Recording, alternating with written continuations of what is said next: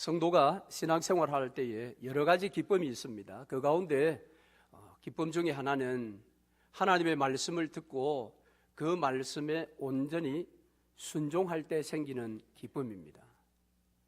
여러분, 이 기쁨을 여러분은 경험하시고 계십니까?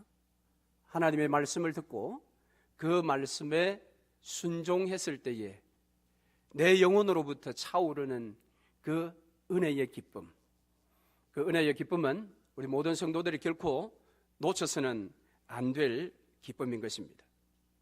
왜 그것이 기쁨일까요? 순종하는 것이 만만치 않은데, 사무엘에 했던 유명한 말을 여러분 기억하시지요? 사울에게 순종이 제사보다 낫다. 그러니까 어떤 면에서 보면 순종함은 예배하는 것보다 더 어렵습니다. 여러분, 예배하는 것이 쉽지는 않죠. 그런데 그 예배 드림보다 더 어려운 것이 순종입니다. 그런데 그 순종은 우리에게 큰 기쁨을 안겨줍니다. 왜 그럴까요? 그 순종은 하나님께서 우리에게 요구하실 때에 때로는 최고의 것이 아니지만은 최선의 복을 주실 때에 우리에게 순종을 요구하십니다. 그러니까 내 삶의 형편과 내 지금 어떤 영적인 형편 속에서 이것에 대해서 순종하기가 어렵다 할지라도 하나님께서는 그 순종을 통해서 우리에게 최고의 것은 아니라 할지라도 최선의 것을 주시는 분이십니다. 그러나 결국은 우리에게 그 순종으로 말미암아 최고의 것이 더하여지기를 하나님은 원하고 계십니다. 하나님은 피 흘려 값주고 사신 저와 여러분, 당신의 자녀들에게 언제나 가장 좋은 것을 주시기를 원하시는 분이십니다. 그분은 때로 우리에게 감당할 수 없는 순종의 요구를 하실 때도 있지만 우리 하나님은 결코 실수하시는 분이 아니십니다. 그렇기 때문에 하나님의 순종에 우리가 순종하면 지금은 내가 원하는 최고의 것이 아니라 할지라도 그 최선의 것을 통해서 하나님은 내 영혼이 기쁨을 누리기를 원하시는 것입니다.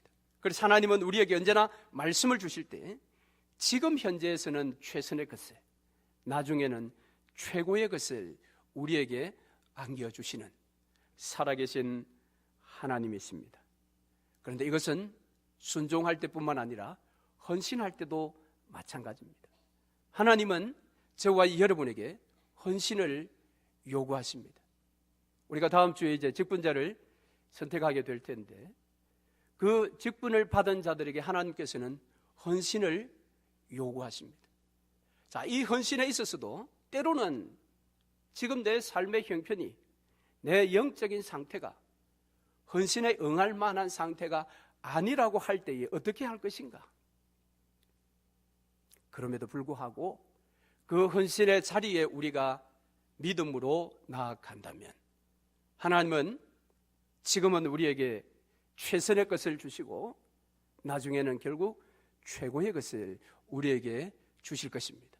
이것이 오늘 본문의 말씀에 좋은 교훈으로 기록되어 있습니다.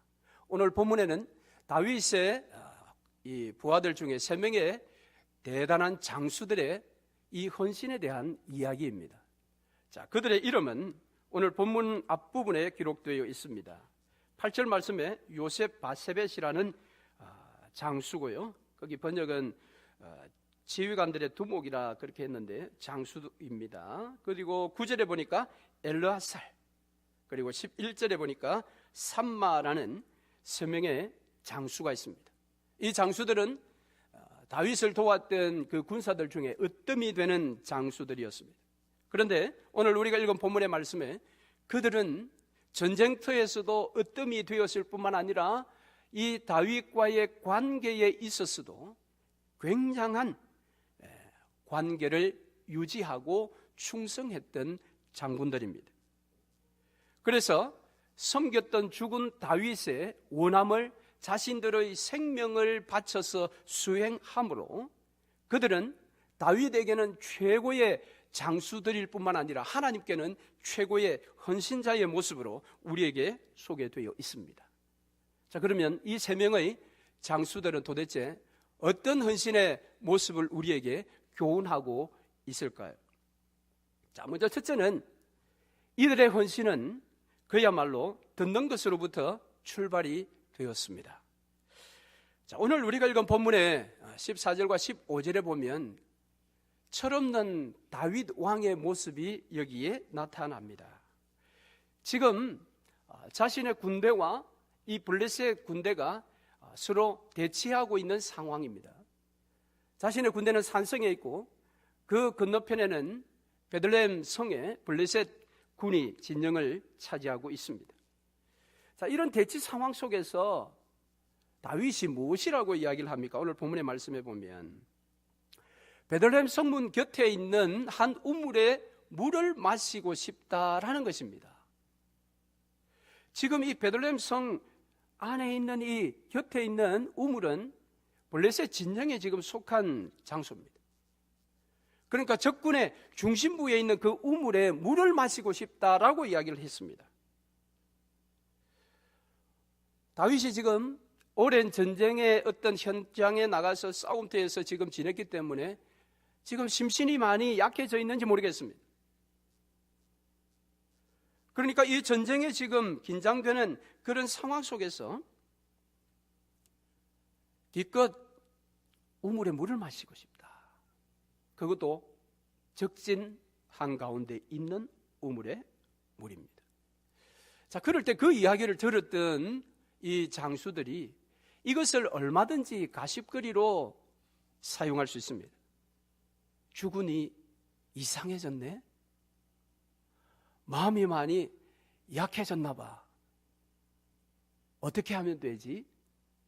이런 가십거리로 얼마든지 이야기할 수 있습니다. 그러나 이 세 명의 장수들은 다윗의 그 이야기를 마음으로 들었습니다. 여러분, 헌신의 출발은 여기로부터 시작됩니다. 잘 듣는 것으로부터 출발되어야 합니다.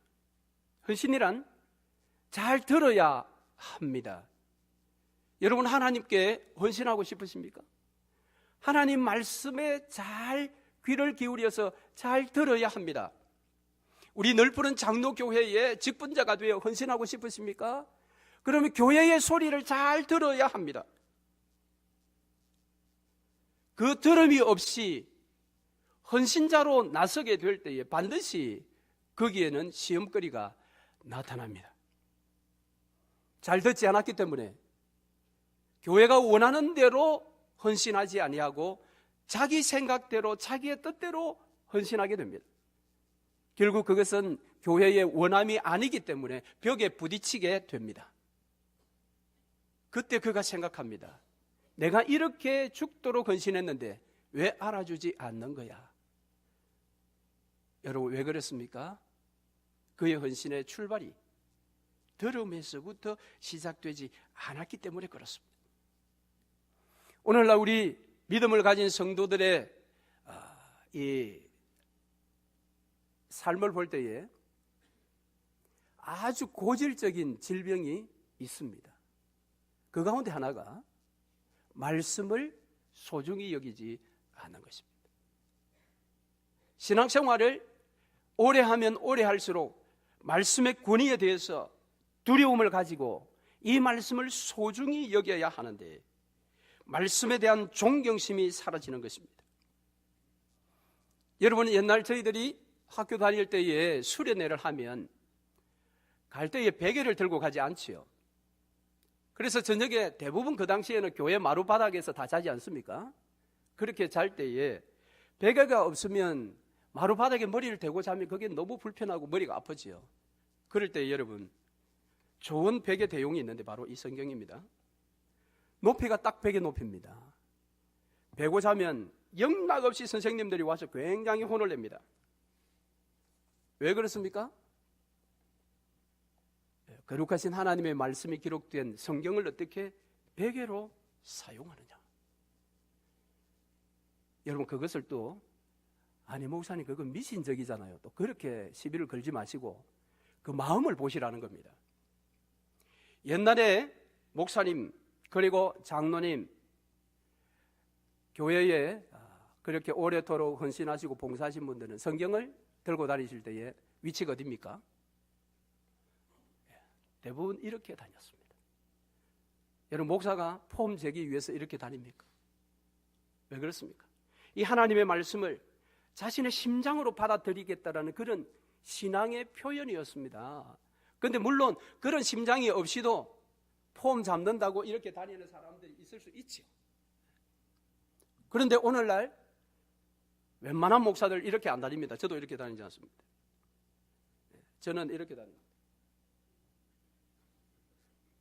어떤 교수님이 신학생들 앞에 설교하기 위해서 강단에 올라오실 때 성경을 이렇게 들고 올라왔습니다. 몇 신학생들이 시험 받았습니다. 말씀을 전하는 교수가 성경을 이렇게 흔들고 다니다니 경건함이 없이. 여러분, 그것이 약간은 모범적이고 약간은 미신적인 그런 것이 있지만 여러분, 그 중심을 보자라는 것이죠. 오늘날은 대부분의 성도들은 말씀에 대한 존경심이 사라져 버렸습니다. 그래서 성경을 대할 때도 아니 그건 책이잖아, 그냥 글씨가 기록된 것이잖아 라고만 생각합니다. 여러분은 어떻습니까?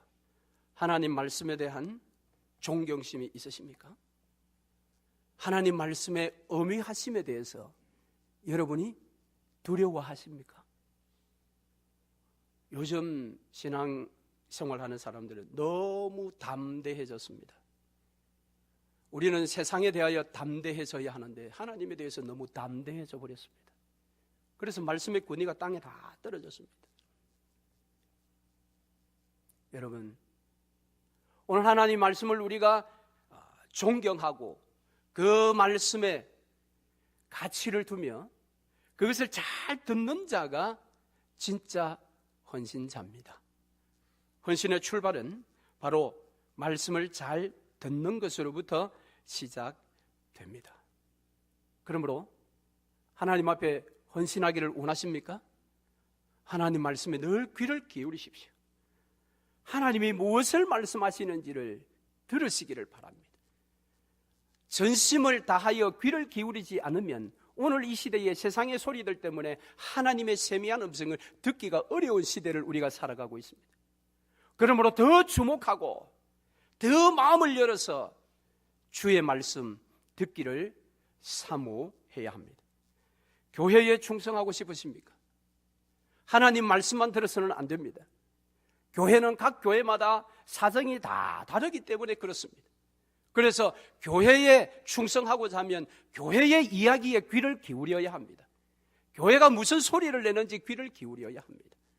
교회를 담임하고 있는 목사가 무슨 소리를 하는지 귀를 기울여야 합니다. 다 필요 없어. 나 하나님께 들었는데. 여러분, 그것은 굉장히 교만해질 수 있습니다. 그래서 헌신자가 되기 위해서는 하나님의 말씀을 잘 들어야 하고 이 세 명의 용사들처럼 마음으로 들어야 합니다. 마음으로, 심장으로 들을 수 있기를 바랍니다. 두 번째로, 이 헌신은 조용히 행동하는 것이 헌신입니다. 이들은 다윗의 이야기를 듣고 조용히 행동했습니다. 그들은 스스로 마음을 모아서 희생하기로 결단한 것입니다. 그들이 다윗의 이야기를 듣고서 다윗에게 어떤 반응을 보이지 않았습니다. 말을 하지 않았습니다. 그리고 바로 세 명이 그 우물가로 달려갔습니다. 말씀해 보면 적진속을 뚫고 갔다고 했습니다. 이 산성에서 이 우물까지 거리는 오늘날 우리 거리로 볼 때 약 한 12, 3마일 정도 됩니다. 편도 한 26, 7마일 되는 이 적진속을 돌파해서 갔습니다. 여러분, 그들은 다윗에게 말하지 않았습니다. 말하지 않고 바로 행동에 옮겼습니다. 그들은 정말 죽은 다윗을 어리석을 만큼 사랑했습니다. 생명을 바쳐서 사랑했습니다. 그래서 말이 필요 없었습니다. 만일 그들이 말을 했다면 어떻게 되었겠습니까? 왕이여, 진정 그 우물을 마시고 싶으십니까? 우리가 가겠습니다. 우리가 생명을 걸고 반드시 가서 그 우물물을 기르 오겠습니다 라고 말을 했다면 다윗이 여러분 가라고 했겠습니까? 뻔히 지금 불길 속으로 뛰어드는데 다윗이 그래 역시 너희들 뿐이다. 나한테는 너희 3명 장수뿐이야. 그래 아무쪼록 조심해서 다녀와. 그렇게 말했겠어요? 말하지 않고 갔다라는 것은 매우 중요합니다. 여러분, 헌신은 조용히 행동하는 것입니다. 말을 앞세우는 것이 아닙니다. 그런데 오늘 헌신의 자리에서 왜 많은 사람들이 상처를 입습니까? 말 때문입니다. 말. 내가라는 말 때문입니다. 내가 말이야 그 교회도 세웠고, 내가 말이야 그 교회 뭐도 했고, 내가 무엇도 했고.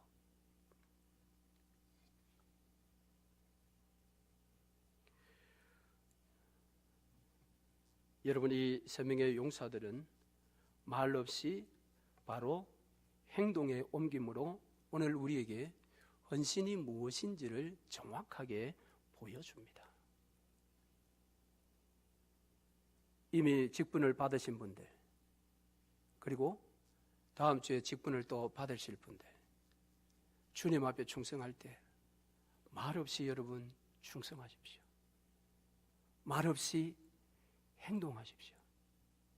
그러기 위해서는, 그 행동이 제대로 된 행동이 되기 위해서는 먼저 잘 들어야 합니다. 들은 게 없으면 잘못된 행동을 합니다. 들은 게 없으면 말하지 않고 행동해도 문제가 될 수가 있습니다. 말 없이 행동하는 것이 진정한 헌신입니다. 세 번째 헌신은 자신의 가장 소중한 것을 드리는 것입니다. 이 세 용사는 자신의 목숨을 걸고 우물물에 가서 그 우물을 길러왔습니다. 그러니까 어쩌면 이들에게 있어서 이 우물의 한 그릇은 물이 아니라 그들의 생명이었습니다. 여러분, 그렇지 않습니까? 그들이 길러왔던 이 물은 H2O라는 그런 물이 아니라 그들의 생명이었습니다. 헌신이란 이처럼 자신의 가장 소중한 것을 드리는 것입니다. 우리가 헌신하지 않고도 무엇을 줄 수 있습니다. 그러나 드리지 않는 헌신은 헌신 아닙니다. 헌신은 드리는 것입니다. 뿐만 아니라 하나님과의 관계 속에서 헌신을 만들어 가기 위해서는 반드시 하나님 앞에 삶을 드려야 합니다. 그것도 자신에게 있어서 가장 소중한 것을 드려야만이 진정한 헌신이 되는 것입니다. 여러분, 직분을 받아서 헌신하고 싶으십니까? 여러분의 가장 소중한 것을 드리기로 작정되어 있어야 합니다. 여러분에게 건강이 가장 소중합니까? 그 건강을 주를 위해서 드려야 합니다. 그 건강을 교회를 위해 드려야 합니다. 여러분에게 가장 소중한 것이 여러분 시간입니까? 그 시간을 주께 드려야 합니다. 그 시간을 교회에 투자해야 합니다. 여러분이 가장 소중히 여기는 것이 솔직히 돈입니까?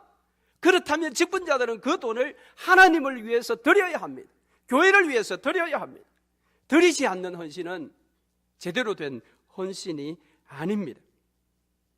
그러나 오늘 많은 사람들은 교회 헌신자가 되어서 취하려고 합니다. 하나님으로부터 더 많은 것을 얻기를 바랍니다. 교회로부터 더 많은 것을 얻으려고 합니다. 그것은 잘못된 것입니다. 여러분, 헌신은 드리는 것입니다. 취하는 삶은 매일이 갈증의 연속이 될 것입니다. 취하면 취할수록 갈증이 일어날 때 소금을 먹으면 더 갈증이 생긴다는 것처럼 하나님께, 교회에, 성도들에게 취하기만 하는 삶은 취하면 취할수록 더 갈증이 생깁니다. 더 취하려는 욕망이 불일 듯 일어나는 것입니다. 그러나 바치는 삶, 드리는 삶은 나로부터 그것들이 다 떠나가지만 오히려 나에게는 더 풍성함이 넘쳐나는 것입니다. 그래서 바치는 삶은 풍성한 삶을 살 수가 있는 것입니다.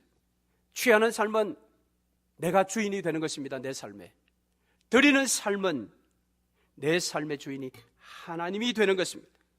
취하는 삶에는 반드시 더 취하지 못한 눈물이 반드시 따를 것입니다. 그러나 바치는 삶을 사는 자에게는 노래와 찬양이 흘러 넘친다라는 사실을 여러분 기억하시기를 바랍니다. 그렇기 때문에 이 세상에서 가장 저주받은 삶, 그 삶은 취할 기회만 갖지고 드릴 기회를 갖지 못한 인생입니다. 이것은 신앙 안에서도 마찬가지고 신앙생활을 갖지 않는 일반 세상에서도 마찬가지입니다. 그러니까 신불신 간에 이 땅에 왔다가 이 땅에 인생을 살다가 떠나갈 때에 가장 불행하고 저주스러운 삶이 어떤 삶이냐?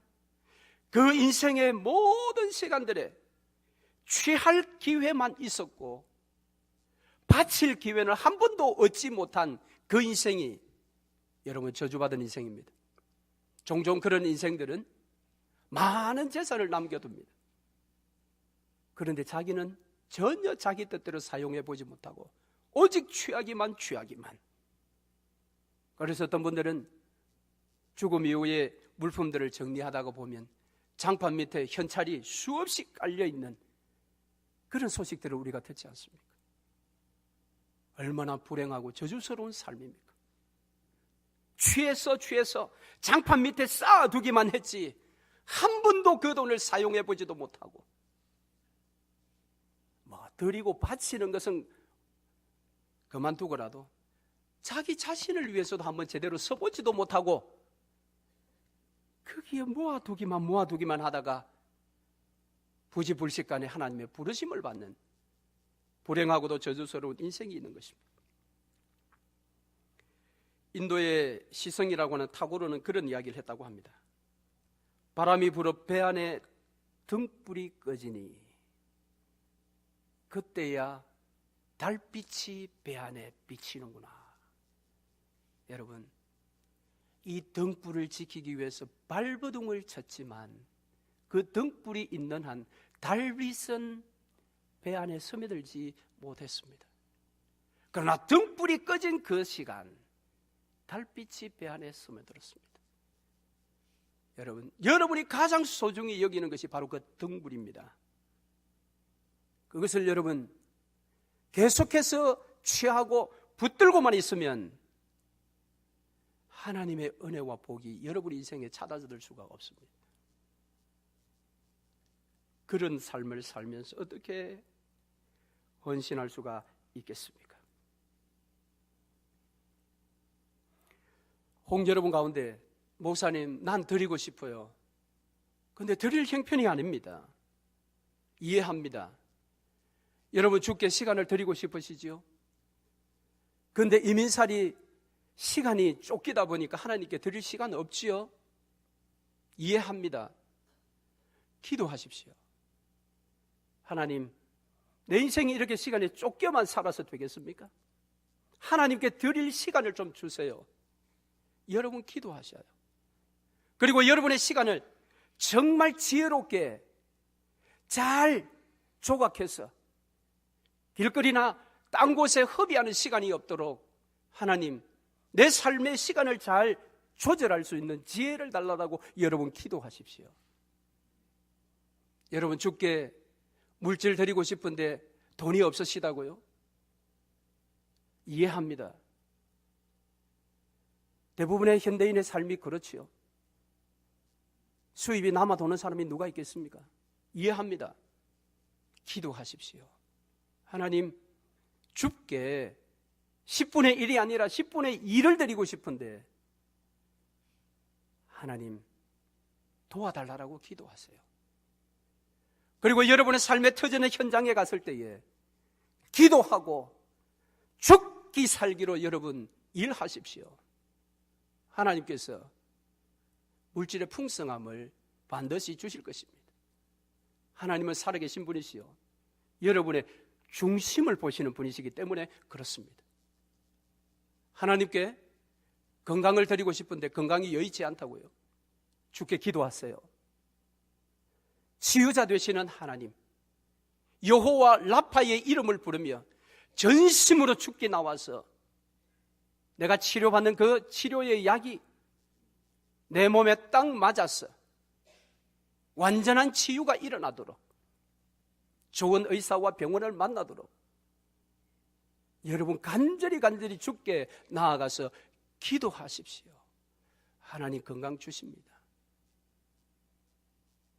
여러분, 그래서 우리에게 기도가 복인 것입니다. 그렇지 아니하고 언제나 없다 안 된다 끝까지 안 됩니다. 끝까지 없습니다.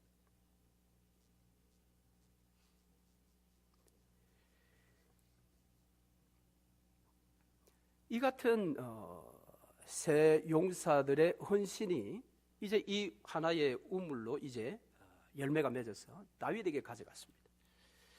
다윗이 여러분 이 물을 받아서 어떻게 했습니까? 그래, 역시 너희들 뿐이다. 그리고 너희들이 정말 대단하구나. 그 적진 진영까지 돌파해서 이 물을 길어 오다니. 야, 하나님께서 너희에게 복 주실 거야. 그러면서 앞에서 그것을 꿀꺽꿀꺽 마셨습니까? 마시지 않았습니다. 다윗이 오늘 본문에서 무엇이라고 이야기합니까? 오늘 본문의 말씀을 여러분 한번 보십시오.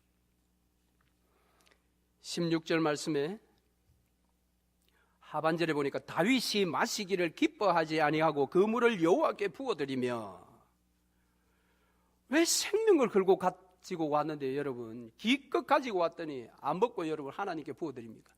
하나님께 부어드렸다 이러니까 우리는 이제 이 하나님께 드리는 것이니까 뭐 당연하다, 우리는 신앙이 좋아서 그렇게 받아들일 수 있지만 이 장수들의 입장에서 여러분 한번 생각해 보세요. 얼른 생각할 때 생명을 걸고 가져왔더니 바로 부어버렸다. 왜 부었습니까? 왜 부었습니까? 다윗은 그때 정신이 번쩍 든 것입니다. 물이 먹고 싶다고 했을 때는 이 감성의 어떤 그런 욕심에 끌려서 잠시 다윗 같지 않았습니다. 그런데 이제 다윗이 번쩍 정신이 든 것입니다. 이 이기적인 감성에서 깨어났습니다. 그러고 보니 이것은 물이 아니요 이들의 피라는 것을 알았습니다. 이들의 생명이라는 것을 알았다라는 것입니다. 그래서 여러분 다윗이 위대한 하나님의 사람인 것입니다. 잠시 비켜갈 수 있지요. 감성의 이기적인 욕망에 빠질 수 있지만 다윗은 언제나 그 중심은 하나님 중심이었습니다. 그래서 그가 말합니다. 이 장수의 피를 내가 어떻게 마시리요? 하나님, 이들의 헌신을 하나님 받으소서. 하나님께 부어드린 것입니다. 여러분, 이 장수들도 대단하지만 다윗도 정말 대단하지 않습니까? 참 다윗은 대단합니다. 여러분 천국 가시면 다윗을 꼭 한번 만나보시기를 바랍니다.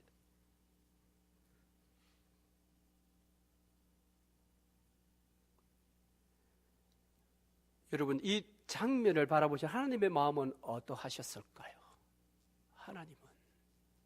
그 하나님의 마음은 어떠했을까요?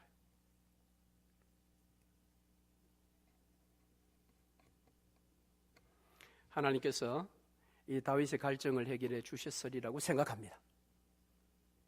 여러분 인생에 갈증이 있습니까? 그 갈증의 내용이 무엇입니까? 그 갈증은 이와 같은 헌신을 통해서 해소될 수가 있습니다. 우리 교회도 갈증이 있습니다. 교회가 더 힘있게 교회의 사역을 감당하고자 하는 그런 갈증이 있습니다. 그런 갈증 때문에 근본의 직분자를 세웁니다. 하나님은 그래서 이 직분자들을 통해서 교회의 갈증을 해소하기를 원하십니다. 저도 그것을 위해서 기도하고 있습니다. 그래서 이 다윗의 3명의 용사와 같은 그런 자들이 직분자로 선택되어야 할 것입니다. 그리고 여러분이 그런 자로 하나님께 선택받기를 위해서 여러분 사모하는 심정을 가지고 기도하시기를 바랍니다. 그래서 여러분들의 그 헌신을 통해서 우리 교회가 가지고 있는 갈증들이 해소되며 우리 교회를 통해서 하나님이 거두시고자 하시는 이 마지막 시대에 영광스러운 일들을 우리가 감당할 수가 있을 것입니다. 그러므로 이번 한 주 동안 여러분 특별 새벽 기도 때에 여러분 나오시기를 바랍니다. 여러분의 가장 소중한 그 시간, 여러분이 가장 아끼는 새벽잠을 하나님께 드리시기를 바랍니다. 아멘 소리 안 하시는 거 보세요. 지금 안 나오시겠다는 그런 마음에 결심이 섰나 본데요. 여러분 신앙생활 하면서 한 번은 여러분 목숨을 걸고 여러분의 생명을 걸고 한 번은 하나님 앞에 결단하고 그렇게 신앙생활로 헌신생활로 살다가 하나님 앞에 가야 되지 않겠습니까? 주님 여러분 곧 오십니다. GBT라고 성경을 번역하는 선교단체가 있습니다. 그 선교단체에서 최근에 발표하기를 2025년이면 이 세상에 있는 모든 언어로 성경이 번역된다고 합니다. 아무도 안 놀라시네요, 여러분. 주님 말씀하셨죠. 복음이 땅끝까지 전파되는 그날 내가 이 땅에 다시 오리라. 2025년에 예수님이 땅에 오실 가능성이 큽니다. 몇 년 남았습니까? 10년도 안 남았습니다.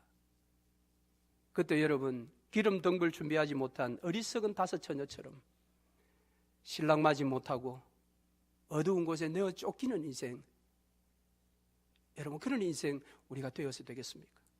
얼마 남지 않은 마지막 종말의 때를 기억하고 지금까지 어떻게 살아오셨든지 여러분 상관없습니다.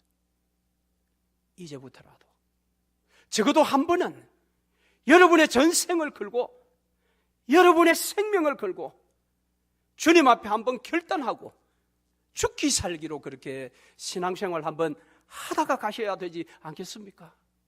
언제까지 여러분 시간에 쫓겨, 삶에 쫓겨, 세상에 쫓겨? 주의 몸된 교회가 여러분의 헌신을 지금 요구하고 있습니다. 그 헌신은 하나님께 크신 영광을 올려드리는 최고의 복입니다. 한 주 동안 열심히 나오셔서 직분자 선택을 위해서 기도하시고 할 수만 있다면 여러분 모든 영광 주께 함께 올려드리시는 그런 복된 날들 꼭 만들어 가시기를 바랍니다. 아멘.